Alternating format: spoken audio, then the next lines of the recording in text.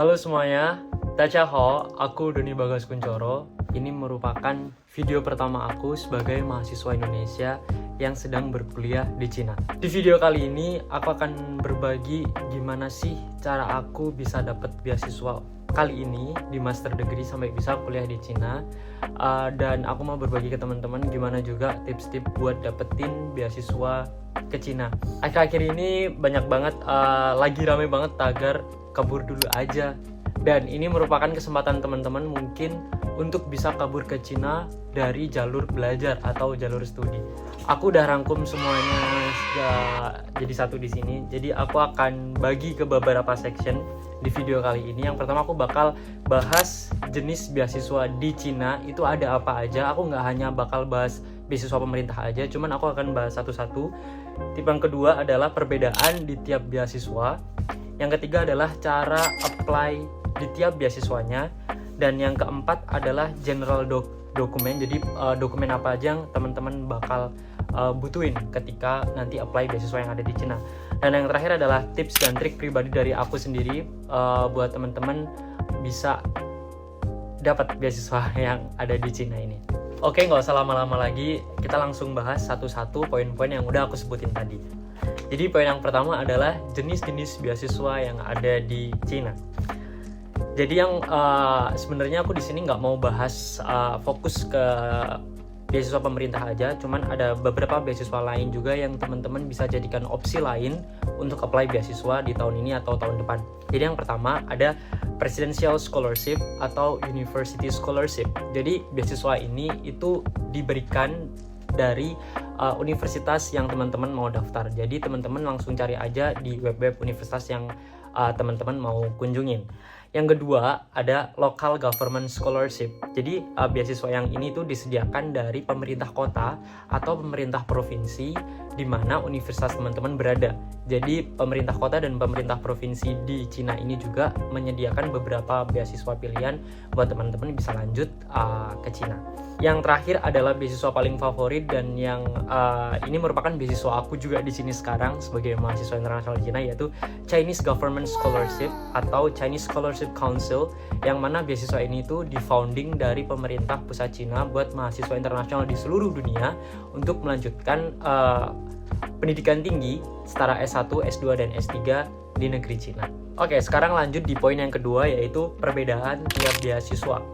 Jadi yang pertama aku di sini akan taruh founding. Jadi apa sih bedanya founding dari tiap-tiap beasiswa ini? Dan founding merupakan part terpenting ya bagi teman-teman, karena ya tujuan kita cari beasiswa adalah kita cari sponsor untuk founding di studi kita gitu. Jadi yang pertama Presidential Scholarship. Setiap universitas itu punya skema beasiswanya masing-masing. Jadi ada yang mereka itu cuman tuition fee atau UKT kalian, ada yang mereka juga kasih full scholarship, yaitu tuition fee, accommodation fee, tempat tinggal kalian, dan juga uang bulanan kalian. Itu juga beda-beda teman-teman. Dan di setiap universitas juga ngasih perbedaan besaran uang bulanan yang bakal dikasih kepada pemenang beasiswa. Ada yang 1000 kuai itu sekitar 2 jutaan, ada yang 1500 kuai itu sekitar 3 jutaan. Umumnya sekitar 1000 sampai 1500 kuai teman-teman. Jadi itu tergantung pada skema universitas yang bakal teman-teman daftarin. Nah, contohnya di kampus aku sekarang, University of Science and Technology Beijing, ini kebetulan merupakan sejauh ini aku riset adalah beasiswa kampus yang paling bagus di antara beasiswa kampus yang lain, karena founding dan skemanya itu bener-bener sama plek ketiplek dengan Chinese Government Scholarship. Jadi University of Science and Technology Beijing itu punya beasiswa dengan nama Chancellor Scholarship yang bakal dikasihin kepada pemenang beasiswa itu sama dengan Chinese Government Scholarship. Yang kedua adalah Local Government Scholarship yang aku sebutin tadi, yaitu beasiswa yang di-founding dari kota atau pemerintah kota atau pemerintah provinsi dari tiap provinsi yang ada di Cina. Sejauh ini aku riset Local Government Scholarship itu dia itu merupakan founding yang paling sedikit dari 3 jenis beasiswa ini ya teman-teman. Jadi biasanya mereka tuh hanya ngasih potongan tuition fee, atau juga mereka itu bakal kayak ngasih sejumlah uang dalam per tahun atau per semester kepada pemenang beasiswa. Biasanya 10.000 yuan atau 15.000 yuan, itu tergantung dari pemerintah kota atau pemerintah provinsi di masing-masing provinsi ya teman-teman. Lalu untuk Chinese Scholars Council atau beasiswa aku yang sekarang, Chinese Government Scholarship, itu merupakan beasiswa paling favorit. Kenapa? Karena di Chinese Government Scholarship ini itu adalah full scholarship. Jadi dia ada founding tiap bulannya juga. Teman-teman juga dapat accommodation fee, teman-teman juga dapat tuition fee dan juga asuransi kesehatan. Jadi semuanya ini bakal ditanggung sama pemerintah Cina gitu. Jadi beasiswa ini menjadi beasiswa paling favorit di kalangan mahasiswa internasional yang ada di Cina, karena ini yang paling menjamin kehidupan teman-teman dan studi teman-teman yang ada di Cina. Oke, sekarang lanjut di poin yang ketiga, yaitu gimana sih cara apply-nya. Jadi yang pertama ada Presidential Scholarship atau University Scholarship. Jadi di Cina ini ada banyak banget universitas teman-teman. Nanti aku bakal ada sediain link di bawah, atau teman-teman bisa juga cari link ini. Nah, di link itu tuh bakal ada banyak banget kampus yang ada di Cina gitu, dan teman-teman bisa riset satu-satu sesuai minat teman-teman yang mau apply beasiswa gitu. Jadi untuk apply Presidential Scholarship, biasanya teman-teman tuh langsung mengarah ke web dari universitas masing-masing yang teman-teman mau kunjungi, karena yang udah aku bilang tadi, yaitu skema tiap universitas dalam pemberian beasiswa itu berbeda-beda. Jadi antara universitas A dan universitas B itu beri founding yang berbeda-beda. Jadi teman-teman harus banyak-banyak riset untuk beasiswa yang kali ini, karena setiap universitas punya skema pemberian beasiswa yang berbeda. Lalu yang kedua yaitu ada Local Government Scholarship. Ini teman-teman juga bisa langsung ke web dari government scholarship tersebut. Jadi seumpama nih ada Shanghai Government Scholarship, teman-teman langsung aja cek di Google dengan keywords Shanghai Government Scholarship. Jadi biasanya mereka langsung ada web tersendiri buat menuntun atau nge-guide teman-teman buat apply gimana sih beasiswa mereka. Mungkin ada juga Beijing Government Scholarship, dan juga local government sekali lagi juga punya skema pemberian beasiswa yang berbeda-beda kepada pemenang beasiswa. Jadi aku saranin buat teman-teman juga harus pinter-pinter riset nih kalau mau apply di kedua beasiswa ini. Lalu yang terakhir ada Chinese Government Scholarship atau Chinese Scholarship Council, yaitu beasiswa yang disediain pemerintah Cina. Teman-teman bisa langsung klik link, yaitu www.csc.edu.cn atau www.campuschina.org. Itu aku bakal ada sediain link di bawah. Nah, di situ merupakan portal di mana teman-teman bisa tahu isi dari beasiswa ini, skema beasiswa ini teman-teman bisa pelajari lebih lanjut di sana. Dan for information, beasiswa ini tuh dibagi menjadi 3 jalur juga teman-teman. Ada tipe A, ada tipe B, dan ada tipe C. Di tipe A ini merupakan jalur bilateral, yaitu merupakan jalur yang dari embassy. Jadi kalau ke Indonesia berarti mereka apply-nya ke embassy Cina yang ada di Indonesia. Kalau orang Malaysia bakal apply ke embassy Cina yang ada di Malaysia dan sebagainya, seperti itu. Kalau yang tipe B ini merupakan jalur yang langsung apply ke universitasnya masing-masing. Jadi teman-teman harus cari juga di website universitasnya masing-masing, dan juga harus apply juga di portal universitasnya masing-masing gitu.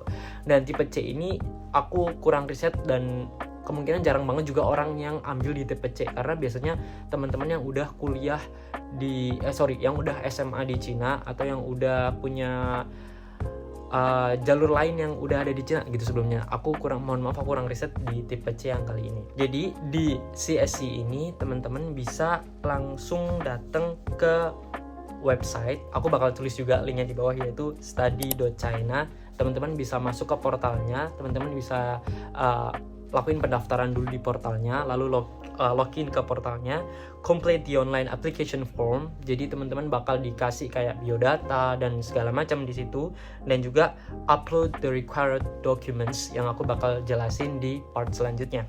Jadi aku akan lebih jelasin di bagian Chinese Government Scholarship ini ya teman-teman. Jadi di Chinese Government Scholarship yang udah aku jelasin tadi ada 3 jalur, yaitu tipe A, tipe B, dan tipe C. Dan tiap jalur ini punya agensi number yang berbeda-beda. Contohnya teman-teman mau apply tipe A, teman-teman harus cari di Google agensi number type A Chinese Government Scholarship buat Indonesia. Itu ada sendiri di Google, teman-teman bisa langsung ketik aja. Dan kalau teman-teman lewat jalur B yang mana langsung ke universitasnya, teman-teman ini langsung bisa cari ke website universitasnya, atau langsung aja ketik semua mau ke universitas aku sekarang nih, University of Science and Technology Beijing, agensi number 4 CSC. Untuk Chinese Government Scholarship, teman-teman bisa langsung cari Google dan langsung keluar juga agensi number di situ. Fungsi agensi number ini untuk apa? Yaitu ketika teman-teman apply di website CSC, mereka bakal minta yang namanya agensi number ini untuk mengklasifikasikan teman-teman itu apply lewat jalur A, jalur B, atau jalur C. Kalaupun jalur A itu teman-teman dari negara mana, kalaupun jalur B itu teman-teman apply ke universitas yang dituju yang mana. Karena dokumen ini nanti setelah teman-teman apply, mereka bakal bakal disaring atau bakal difilter sama agensi yang berbeda-beda. Kalau teman-teman lewat embassy Cina yang ada di Indonesia, mereka bakal ngefilter. Kalau teman-teman apply lewat Type B, teman-teman juga bakal difilter dari kampus tujuan masing-masing gitu. Oke, sekarang ke poin yang nomor 4, yaitu general document atau required document. Nah, di general document kali ini aku bakal kasih semua dokumen general yang bakal dibutuhin di jenis-jenis beasiswa yang udah aku sebutin tadi. Karena kurang lebih tiap beasiswa yang ada di Cina itu required dokumennya tuh hampir sama, teman-teman. Jadi even though teman-teman bakal apply di Presidential Scholarship, Local Government Scholarship, ataupun Chinese Government Scholarship, itu kebanyakan dokumennya hampir sama seperti ini gitu. Jadi dokumen yang pertama yang paling penting adalah paspor. Jadi teman-teman harus punya paspor. Wajib dong, kan teman-teman mau keluar negeri, jadi teman-teman harus buat paspor. Dan masa berlaku paspor ini untuk apply beasiswa di Cina itu kebanyakan harus 1 tahun. Jadi kalau paspor teman-teman masa berlakunya kurang dari 1 tahun, aku saranin buat teman-teman untuk perpanjang dulu nih paspornya untuk cari aman ya. Lalu yang kedua ada foto visa. Foto visa di Cina, foto visa untuk Cina ini lumayan agak complicated ya teman-teman. Aku nanti juga bakal ada sertain link di bawah buat foto visa ini requirement-nya kayak apa. Kurang lebih contohnya kayak gini. Nah, di situ nanti teman-teman bisa aja langsung pergi ke tukang foto, juga langsung kasih caranya buat foto Cina seperti apa, mereka juga bakal udah tahu, teman-teman. Lalu yang kedua ada CV. Nah, CV ini penting banget buat teman-teman untuk ditulis di bahasa Inggris ataupun bahasa Mandarin. Even though di dokumen Chinese Government Scholarship-nya itu nggak ada, tapi aku saranin buat teman-teman untuk siapin CV dalam bahasa Inggris ataupun bahasa Mandarin. Karena nantinya somehow kalau teman-teman apply di Type B ataupun teman-teman apply di local government, even though di Presidential Scholarship, teman-teman bakal ditanya CV teman-teman, dan itu sangat-sangat berpengaruh untuk melihat background teman-teman. Yang ketiga adalah Certificates of Highest Education atau ijazah. Nah, di sini perlu diingat bahwa ijazah ini harus ditranslate atau harus diterjemahkan di penerjemah tersumpah.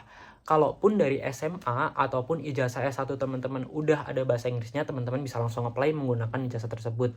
Namun, jika ijazah teman-teman dari SMA ataupun dari S1 belum berbahasa Inggris, teman-teman bisa translate dulu di penerjemah tersumpah. Teman-teman cari aja di Google, banyak jasa penerjemah tersumpah untuk mentranslatekan ijazah teman-teman semuanya. Lalu yang keempat yang keempat adalah transkrip. Jadi teman-teman harus ada transkrip nilai untuk yang mau S1, teman-teman siapin dari semester 1 sampai semester 5 kalau aku nggak salah ya. Jadi dari semester 1 sampai semester 5. Kan karena semester 6 belum nih, kalau masih ongoing, teman-teman bisa siapin dari semester 1 atau semester 5. Ataupun kalau teman-teman udah lulus, teman-teman juga bisa langsung kasih transkrip nilai yang udah dikeluarin sama institusi yang legal gitu. Dan jangan lupa juga buat selalu terjemahin dokumen-dokumen ini dalam bahasa Inggris ataupun bahasa Mandarin ke dalam penerjemah tersumpah. Pasti ada pertanyaan nih, gimana kak? Kan aku masih kelas 12 dan mau baru lulus, aku belum punya ijazah. Aku masih S1 dan aku lagi skripsian dan aku belum punya ijazah. Sama kasusnya kayak aku dulu juga kuliah di Cina sebelumnya S1, aku belum lulus saat aku apply beasiswa yang sekarang aku master ini. Jadi kita bisa pakai yang namanya surat keterangan lulus. Nah, teman-teman bisa minta surat keterangan lulus ini ke sekolah teman-teman, minta aja buat apply beasiswa. Dan surat keterangan lulus ini juga teman-teman harus dalam bahasa Inggris ataupun harus dalam bahasa Mandarin. Dan juga di surat keterangan lulus teman-teman harus ada kop suratnya teman-teman ya. Semua nih teman-teman dari SMA itu harus ada kop surat SMA-nya gitu, ataupun dari universitas teman-teman sebelumnya harus ada kop surat yang legal dari institusi tersebut. Lalu dokumen selanjutnya, aku nggak tahu dokumen keberapa ini, kayaknya dokumen kelima ya, yaitu adalah study plan atau research proposal. Study plan ini umumnya untuk S1, S2. Research proposal ini khususnya untuk yang mau lanjut S2 ataupun S3. Study plan dan research proposal ini bisa aku bilang adalah dokumen powerful juga buat teman-teman di dalam beasiswa yang mau apply di Cina ini, karena di beberapa universitas dan di beberapa institusi juga yang bakal menaungi akan memfilter dokumen teman-teman, mereka itu bakal baca study plan dan research plan teman-teman.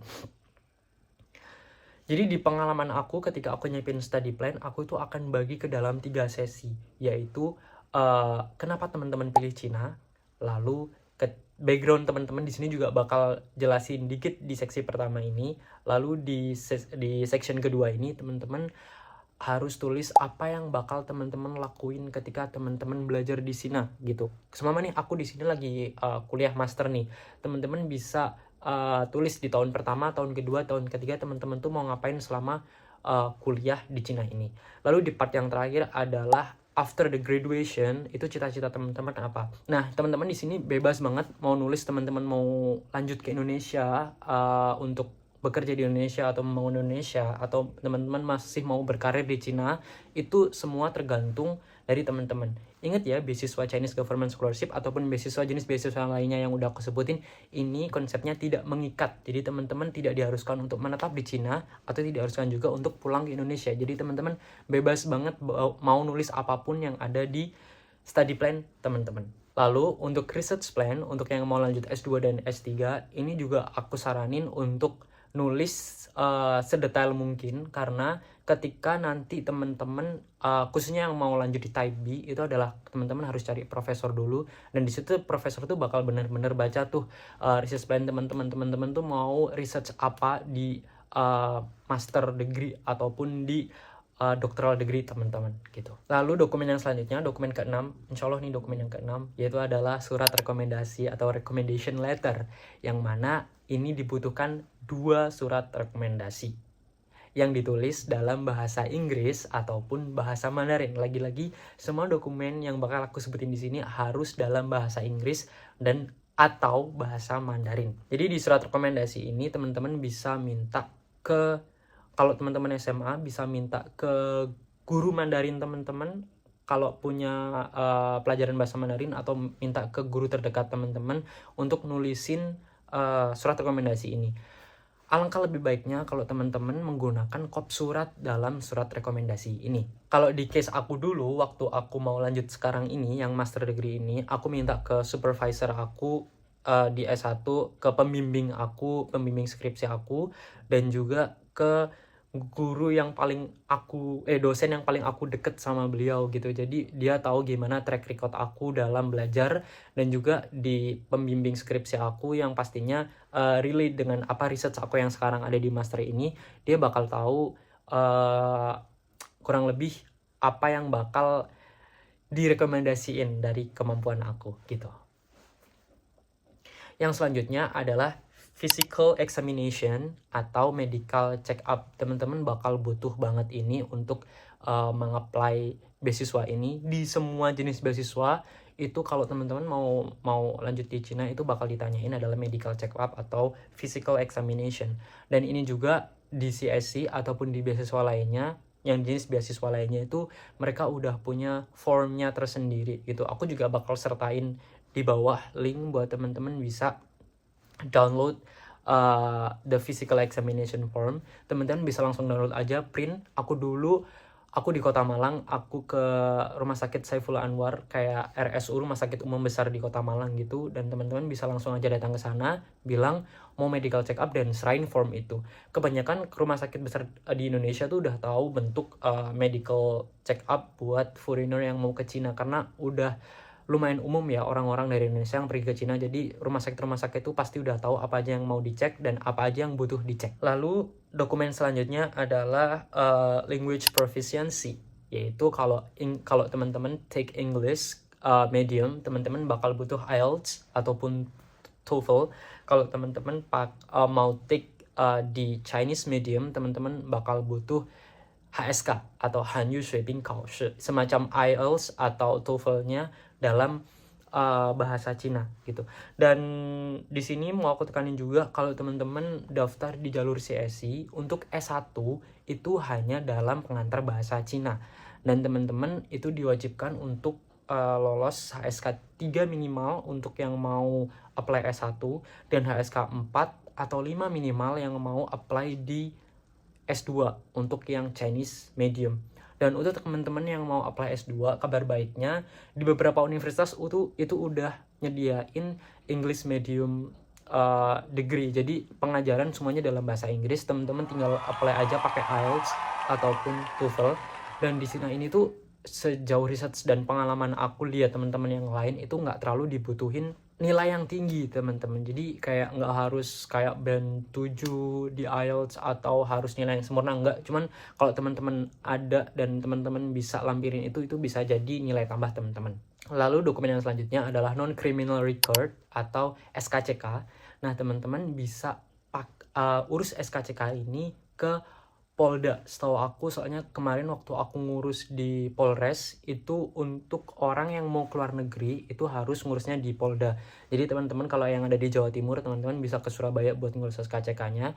Kalau ada yang di provinsi lain, teman-teman bisa ke Polda di tempat teman-teman. Di pengalaman aku, karena Polres tuh kayak nggak bisa ngeluarin SKCK buat orang-orang yang mau keluar negeri gitu. Lalu dokumen tambahan yang mungkin bakal ditanyain ini nggak diminta di web CSI, cuman kalau teman-teman mau apply di jenis beasiswa lainnya kayak presidential scholarship ataupun local government scholarship atau university scholarship, teman-teman biasanya bakal ditanya personal statement. Apa itu personal statement? Kalau aku dulu, sepengetahuan aku bakal tulisin background aku dan siapa sih aku itu gitu. Jadi di personal statement tuh lebih kayak nulisin kayak kita itu siapa dan bakat kita itu apa dan background kita itu apa. Jadi lebih detail ke siapa diri teman-teman gitu. Kalau di study plan kan kayak rencana belajar teman-teman. Kalau di research proposal kayak lebih ke riset apa yang bakal teman-teman lakuin ketika belajar. Cuman kalau di personal statement ini lebih kayak siapa sih diri teman-teman dan dari background apa tuh teman-teman tumbuh dan besar gitu. Jadi mereka bakal lihat teman-teman dari personal statement teman-teman. Ini adalah dokumen tambahan yang saran aku teman-teman siapin aja sewaktu-waktu di beasiswa, di jenis beasiswa lain. Ketika teman-teman apply di jenis beasiswa lainnya, itu bakal ditanyain. Oke, di part terakhir ini aku bakal kasih tips dan trik pribadi dari aku buat teman-teman yang mau kabur ke Cina. Bercanda. Yang mau belajar lanjut di Cina. Jadi tips yang pertama, buat pelamar undergraduate atau S1, cari lebih banyak scholarship, yaitu di university scholarship ataupun di local government scholarship. Ini aku nggak bilang Chinese Government Scholarship atau CSC yang aku jelasin tadi itu nggak membuka untuk S1 ya. Di Chinese Government Scholarship itu tetap buka buat S1. Cuman kuota buat S1 itu sangat sedikit sekali di Chinese Government Scholarship ini. Dan setahu aku juga di Chinese Government Scholarship ini teman-teman tuh hanya bisa daftar di type A, yang mana di type A ini kuotanya dikit banget. Jadi kalau tiap negara, kalau nggak salah di Indonesia itu cuma dikasih 20 ya tahun lalu, cuma 20. Dan di 20 kursi ini teman-teman itu bertarung dengan pelamar beasiswa S2 dan S3.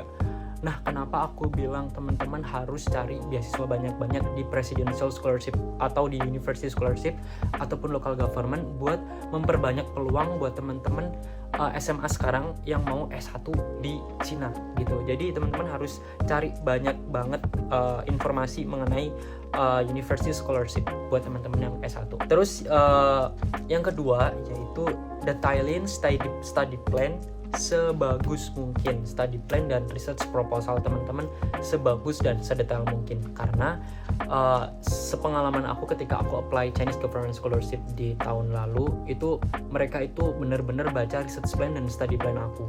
Dan ada beberapa universitas itu yang menyarankan untuk interview, dan ketika di interview nanti mereka tuh benar-benar tanya poin-poin yang teman-teman tulis di study plan ataupun di research proposal teman-teman gitu. Jadi penting banget buat teman-teman harus selalu detailin study plan teman-teman. Nah, ini merupakan part dokumen yang menurut aku persiapannya cukup panjang ya, karena nulis study plan dan research proposal tuh nggak selesai dalam 1-2 hari. Itu bakal 1 bulan, 2 bulan, dan teman-teman bakal butuh proofreading ke orang-orang yang mungkin udah jago di bidangnya. Atau mungkin kalau teman-teman mau minta bantuan aku, boleh banget. Nanti setelah teman-teman tulis, semampu aku bakal aku bantu, bakal aku lihat, bakal aku proofreading juga study plan dan research plan teman-teman. Lalu buat yang S2 atau S3 itu harus cari profesor untuk meningkatkan kemungkinan lolos di beasiswa ini, terutama di Chinese Government Scholarship atau Chinese Scholarship Council. Karena di S2 atau S3 ya, buat teman-teman yang belum tahu, ketika kita lanjut master degree ataupun doctoral degree, kita itu butuh yang namanya supervisor atau pembimbing untuk riset kita. Nah, setiap mahasiswa asing itu punya supervisornya masing-masing, dan ini merupakan part sulit juga karena teman-teman harus berebut dengan mahasiswa internasional yang lain untuk email profesor. Nah, gimana sih cara dapat kontak profesor tadi? Seperti yang aku udah jelasin di part sebelumnya, itu teman-teman harus banyak-banyak riset mengenai universitas yang mau teman-teman kunjungi, karena di website universitas tersebut itu semuanya ada di sana teman-teman, kayak skema beasiswa, terus kayak kontak profesor, terus juga program yang mereka tawarkan, itu semuanya ada di sana. Dan cara-caranya gimana? Kebanyakan sekarang website universitas di Cina itu sudah menyediakan dalam bahasa Inggris, jadi teman-teman nggak usah bingung kayak takut nanti nggak ada bahasa Inggrisnya atau nggak ada bisa translate-nya. Even tuh nanti nggak ada bahasa Inggrisnya, Google tuh udah ada fitur buat translate, jadi teman-teman bisa translate di sana. Yang keempat yaitu adalah rajin cek email, karena di sana profesor bakal reach out kalian, bakal nge-email balik kalian ketika mereka interest dengan apa yang teman-teman offering ke profesor tersebut melalui research proposal dan CV teman-teman. Jadi rajin-rajin banget cek email, cek spam, karena di pengalaman aku dulu, profesor aku itu kayak nge-reach out aku di sana dan aku baru tahu 3 hari setelahnya. Dan itu tuh menurut aku lumayan telat ya, 3 hari itu ya, karena dalam pencarian beasiswa itu kayak kita tuh bertarung dengan mahasiswa internasional di seluruh dunia. Ketika bayangin aja kamu telat 3 hari, tapi profesor ini ternyata udah dapet email dari mahasiswa lain dari negara lain yang researchnya lebih cocok dibanding research teman-teman. Nah, itu sangat menggugurkan kesempatan teman-teman buat bisa lanjut. Jadi wajib cek email tiap pagi ketika teman-teman bangun tidur. Jadi teman-teman, segitu dulu video aku kali ini karena udah panjang banget. Buat teman-teman yang mungkin mau tanya-tanya bisa lewat Instagram aku, karena aku di sini lebih sering buka Instagram daripada buka WhatsApp, karena di Cina itu nggak bisa pakai VPN guys. Nah, ini merupakan topik lain yang bakal insya Allah aku bahas di video lain. Buat teman-teman yang juga baru tonton aku di sini, boleh banget mungkin subscribe dulu ya. Nggak tahu ntar aku kedepannya bakal bikin video apa buat aku kuliah di sini. So thank you guys for watching. Bye bye.